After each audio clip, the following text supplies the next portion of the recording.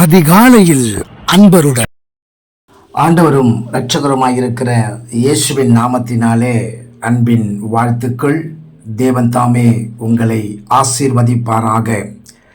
இந்த நாளிலும் கூட எரேமியா 31 அதிகாரம் 14வது வசனத்தை நாம் கவனிக்கும் பொழுது அங்கே கர்த்தர் சொல்லுகிற ஒரு மகிமையான வார்த்தை என்னவென்றால், என் ஜனங்கள் நான் அளிக்கும் நன்மையினால் திருப்தி ஆவார்கள் என்று.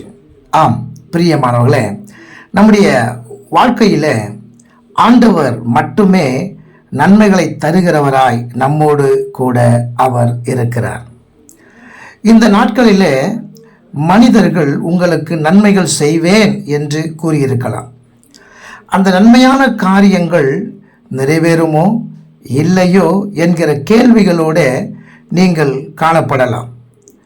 ஆனாலும் நாம் செய்ய வேண்டிய ஒரு நல்ல காரியம் என்ன அப்படின்னா, நமக்கு ஒத்தாசை வரும் பர்வதங்களுக்கு நேராக நம் கண்களை நாம் ஏறெடுக்கும் போது கர்த்தர் சொல்லுகிற வார்த்தை, என் ஜனங்கள் நான் அளிக்கும் நன்மையினால் திருப்தி ஆவார்கள் என்று சொல்லு.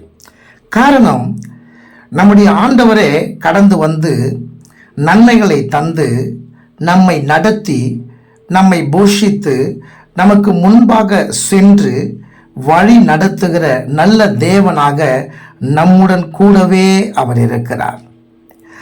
ஆகையினாலே நமக்கு தடைப்பட்ட ஆசீர்வாதங்களையும் கிடப்பில் கிடக்கிற ஆசீர்வாதங்களையும் நமக்கு கிடைக்கவே கிடைக்காது என்கிற ஆசீர்வாதங்களையும் கர்த்தர் நமக்கு கொடுத்து நம்மை ஆசீர்வதிக்கிறவராகவே இருக்கிறார்.